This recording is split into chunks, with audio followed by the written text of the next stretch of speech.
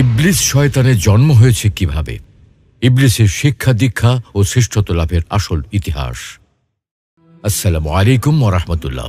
প্রিয় দর্শক, মানুষের প্রকাশ্য শত্রু ইবলিস ছিল জিন জাতির সন্তান, কিন্তু একাগ্র চিত্তে ও নিষ্ঠার সাথে আল্লাহর ইবাদত বন্দেগী করতে করতে একটা পর্যায়ে সে ফেরেশতাদের সর্দার হয়ে উঠল।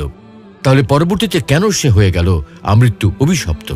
কোথায় তার জন্ম হয়েছে, কার কাছ থেকে সে শিক্ষা লাভ করেছে, কিভাবে সে পৃথিবী থেকে আসমানে জায়গা পেল, এক একে 7 আসমানের উপর ঠাঁই পেল, কিভাবে ফেরেশতাদের সর্দার হলো, আর সব শেষে কেন অভিশপ্ত হলো? আজ আমরা এই নিয়ে বিস্তারিত আলোচনা করব। চমৎকার এই আলোচনা শুনতে শেষ পর্যন্ত আমাদের সাথেই থাকুন। ইবলিসের জন্ম বৃত্তান্ত। প্রিয় দর্শক, ইবলিসের মতো এত মেধাবী ও ধূর্ত জিনের জন্ম কিভাবে হয়েছে তা নিয়ে রয়েছে নানা কল্পকাহিনী। যেমন এক বর্ণনা থেকে জানা যায়, জিনদের পঞ্চম বাদশাহ হামুসের পুত্র ছিল ইবলিসের জনক। তার নাম ছিল খবিস। খবিসের আকৃতি ছিল ভয়ঙ্কর এক সিংহের ন্যায়। তার স্বভাব প্রকৃতিও সিংহের মতোই ছিল।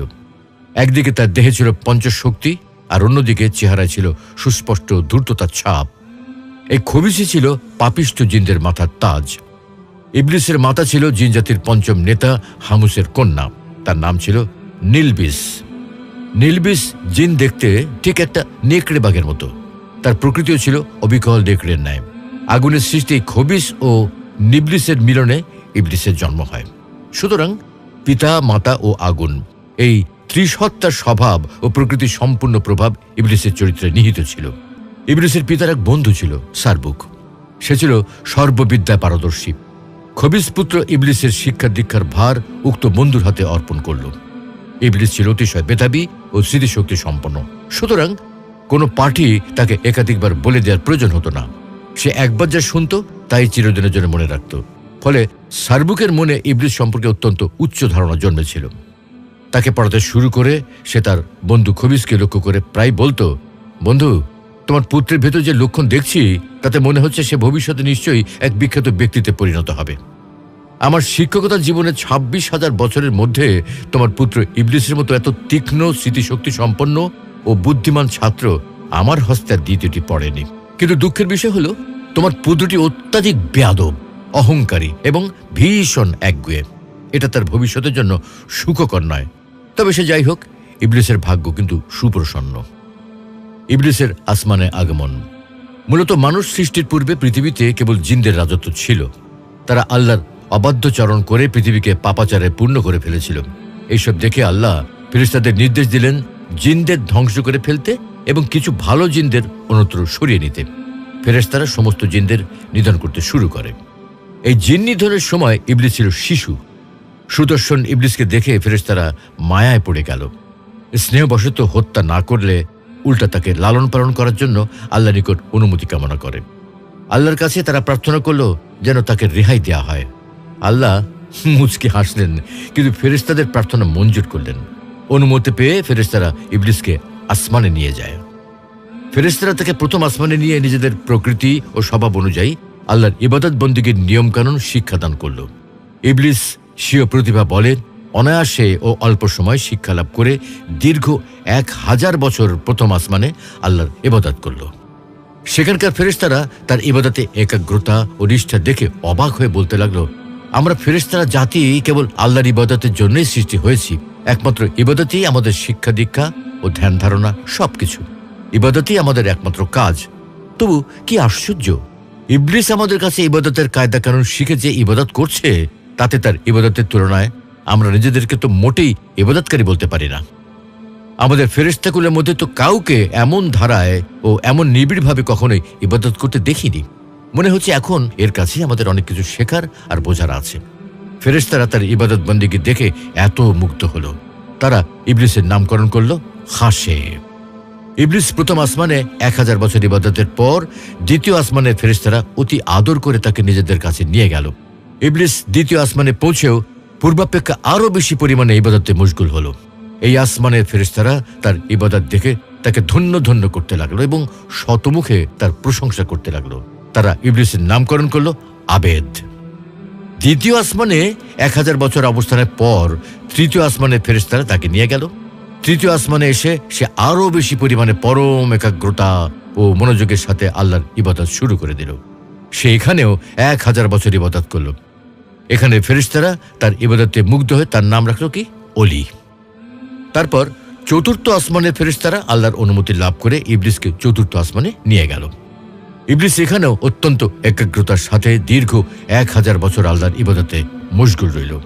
এখানকার ফেরেশতারা তার ইবাদতে খুশি হয়ে নাম রাখল সালেহ। এইভাবে অবশিষ্ট সকল আসমানে উন্নীত হয়ে প্রত্যেক আসমানে 1000 বছর করে ইবাদত করল। তখন পুরো ফেরেশতা জগৎই তার প্রশংসায় মুখরিত হয়ে গেল। সকল ফেরেশতার সন্তুষ্টির ফলে সে সপ্তম আসমানে উপনীত হয়ে পরম সুখে শান্তিতে বসবাস শুরু করল। ইবলিস ফেরেশতাদের নিকট থেকেই আদব কায়দা এবং ইবাদতের রীতিনীতি শিখেছিল। অত্যন্ত মেধাবী হওয়ায় যার শিক্ষালাভ করত তার কোনো কিছুই আর ভুলত না। সুতরাং অতি অল্প সময়ে ফেরেশতাদের নিকট হতে সে সর্ববিষয়ে এত বেশি অভিজ্ঞতা অর্জন করল যে এখন তার ওস্তাদ ফেরেশতাদের তুলনায় তার জ্ঞানী বেশি হয়ে গেল। তদ্রূপ ফেরেশতাদের ইবাদতের পরিমাণ অপেক্ষা তার ইবাদতের পরিমাণ অনেক বেশি বৃদ্ধি পেল। 7 আসমান ও জমিনের এমন একটি স্থানও বাকি থাকল না যেখানে ইবলিসের সিজদা পড়েনি। ফেরেশতারা ইবলিসের ইবাদত বন্দিকে দেখে উপলব্ধি করতে লাগলো যে ইবলিসকে তারা শিক্ষাদান করেছে, এখন সেই ইবলিসের কাছেই তাদের অনেক কিছু শেখার আছে। তাই তারা সকলে আল্লাহর দরবারে আবেদন করল, হে আল্লাহ, তুমি তোমার প্রিয় ইবলিসকে যদি আরো সে মুআল্লার কাছে উঠিয়ে আনো তবে আমরা তার কাছ থেকে অনেক মূল্যবান উপদেশ শুনে অনেক কিছু শিখতে পারতাম, কেননা সে আমাদের অপেক্ষা অনেক বেশি জ্ঞান অর্জন করেছে। মহান আল্লাহ পাক ফেরেশতাদের এই আবেদন মঞ্জুর করে ইবলিসকে আরশে মুআল্লার নিকট নিয়ে আসলেন। আরশে মুআল্লার কাছে রয়েছে ইয়াকুত নির্মিত একটি সুউচ্চ মিম্বর। ইবলিস উক্ত মিম্বরে আল্লাহর ইবাদতে রত হল। অবসর সময় সে ফেরেশতাদেরকে ওয়াজ নসিহত করতে লাগলো। ফেরেশতারা তার ওয়াজ ও অমূল্য উপদেশ শুনে মুগ্ধ হয়ে সকলেই তার প্রশংসা করতে লাগলো। শেষ পর্যন্ত সে ফেরেশতাগণের শিক্ষক নামে পরিচিত হয়ে গেল। ইবলিসের দুনিয়ায় আগমন। আল্লাহর আদেশে ফেরেশতারা শেষবার জিনদেরকে হত্যা করার পরেও পাহাড়, পর্বত ও বনে জঙ্গলে লুকিয়ে থেকে কিছু সংখ্যক জিন প্রাণ রক্ষা করে। ক্রমে তাদের বংশ বৃদ্ধি পেয়ে আবার জিনদের দিয়ে জগৎ পরিপূর্ণ হয়ে গিয়েছিল, কিন্তু তাদেরকে হিদায়াত করার জন্য পয়গম্বর বা আল্লাহর দূত ছিল না। ফলে জিন জাতি ভীষণ পাপাচারী হয়ে উঠেছিল। আল্লাহ ইবলিসকে আদেশ করলেন, হে ইবলিস, তোমার ইবাদত বন্দেগী ও আমার প্রতি তোমার আনুগত্যে আমি তোমার প্রতি অত্যন্ত সন্তুষ্ট হয়েছি। এবার তোমার প্রতি আমার নির্দেশ হলো, তুমি দুনিয়াতে গিয়ে তোমার স্বজাতীয় জিনদেরকে সৎপথে প্রদর্শন করো।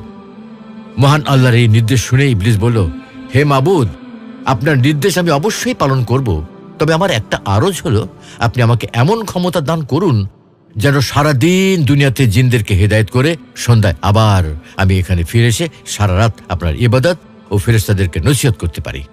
আল্লাহ পাক ইবলিসের এই আবেদন কবুল করলেন। তখন ইবলিস অত্যন্ত আনন্দ চিত্তে দুনিয়ায় নেমে আসলো এবং জিনদেরকে হেদায়েতের কাজে আত্মনিয়োগ করল। কিন্তু একাধারে বহুদিন পর্যন্ত সে আপ্রাণ চেষ্টা ও পরিশ্রম করা সত্ত্বেও সামান্য কিছু সংখ্যক জিন ব্যতীত প্রায় সকলেই ইবলিসের বিরুদ্ধাচরণ করতে লাগলো। তখন ইবলিস আবার আল্লাহর দরবারে প্রার্থনা করল, হে মাবুদ, আমাকে এমন ক্ষমতা দিয়ে দিন যাতে এই অবাধ্যচারী জিনদেরকে আমি সমূলে ধ্বংস করতে পারি। আল্লাহ তাআলা ইবলিসের আবেদন শুনে জিনদেরকে ধ্বংস করার জন্য আসমান থেকে অগণিত ফেরেশতা দুনিয়ায় প্রেরণ করলেন। ফেরেশতাদের সঙ্গে ইবলিসের অনুগত বহু জিনও যোগদান করল। ফেরেশতা ও ইবলিসের বাধ্যগত জিনদের আক্রমণে কিছু সংখ্যক পথভ্রষ্ট জিন সৎপথ অবলম্বন করে প্রাণ রক্ষা করল, বাকি সমস্ত পাপী জিন প্রাণ হারালো। ইবলিস দুনিয়ার কার্য থেকে অবসর নিয়ে পুনরায় একাগ্র চিত্তে আল্লাহর ইবাদতে মশগুল হল। আল্লাহর দরবারে তার কৃত সিজদার সংখ্যা যে কত ছিল তা কারোর পক্ষে হিসাব করা সম্ভব নয়। আসমান, জমিনে ও আরশে মুআল্লার নিকটে এমন কোন স্থান অবশিষ্ট ছিল না যেখানে ইবলিস অসংখ্য সিজদা দেয়নি। ইবলিসের লৌহে মাহফুজ দর্শন। ইবলিস আল্লাহর দরবারে প্রার্থনা জানালো, হে প্রভু, তোমারই অসীম অনুগ্রহে আমি অতি সামান্য স্তর থেকে সসম্মানে অতি উচ্চ স্তরে পৌঁছেছি। তোমারই অসীম অনুগ্রহে আমি তোমার নৈকট্য লাভ করতে সমর্থ হয়েছি। এখন আমার মনের একান্ত বাসনা হলো তোমার পবিত্র লৌহে মাহফুজ দর্শন করে আমার জীবন ধন্য ও সার্থক করি। তুমি অনুগ্রহ করে আমার এই আকাঙ্ক্ষা পূরণ করো।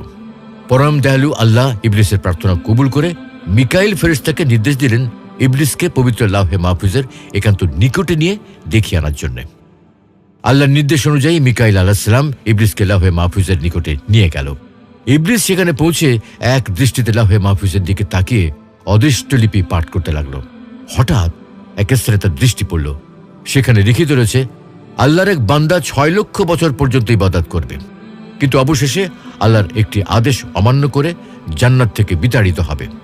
ওই বান্দা আসমান ও জমিনে মালউন বা অভিশপ্ত নামে পরিচিত হবে।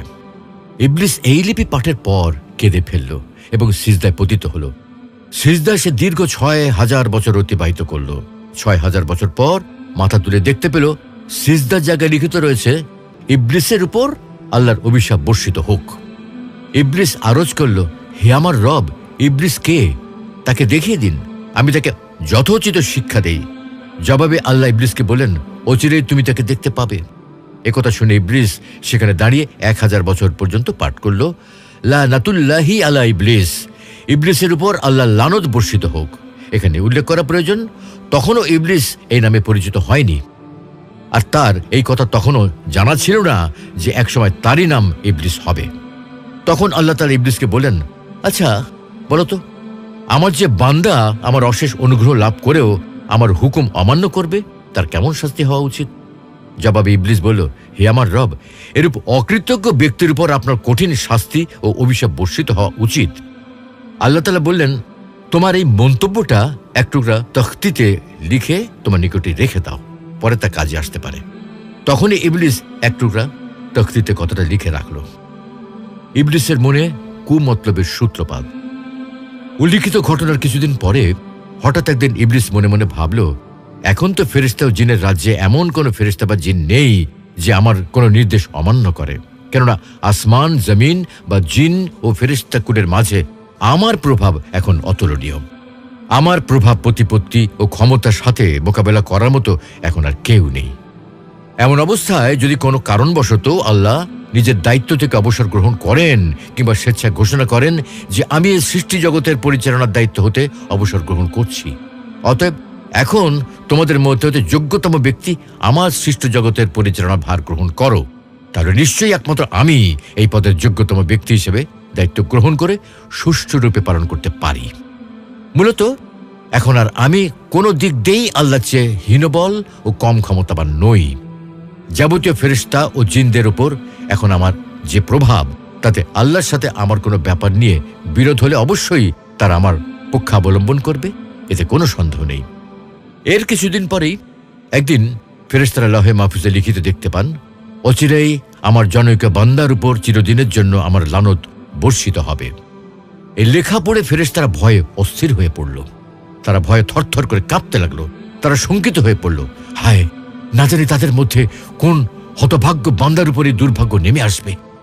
ফেরেশতারা এই দুশ্চিন্তায় কেঁদে কেঁদে হয়রান পেরেশান হয়ে সকলে মিলে তাদের ওস্তাদ ইবলিসের নিকট উপস্থিত হল।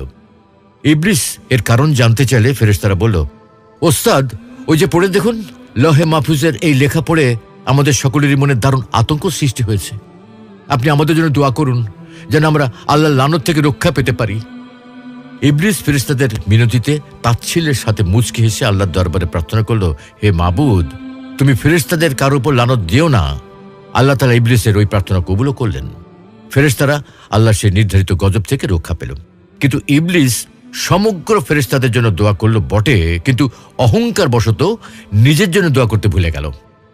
এর কিছুদিন পরেও একদিন ইবলিস আরশে মুআল্লার একখানা তখতির উপর উজ্জ্বল নূরের হরফে আউযু বিল্লাহি মিনাশ শাইতানির রাজীম, বিতাড়িত শয়তান হতে আল্লাহ নিকট সাহায্য প্রার্থনা করছি লিখিত দেখতে পেল। এই লেখা পাঠ করে ইবলিস অত্যন্ত বিস্মিত হয়ে আল্লাহ নিকট জিজ্ঞাসা করল, হে মাবুদ, কে সেই দুষ্ট পাপিষ্ট শয়তান যার নিকট হতে রক্ষা পাওয়ার জন্য তোমার কাছে প্রার্থনা করার কথা লিখিত রয়েছে? আল্লাহ জবাব দিলেন, তুমি শীঘ্রই তাকে চিনতে পারবে।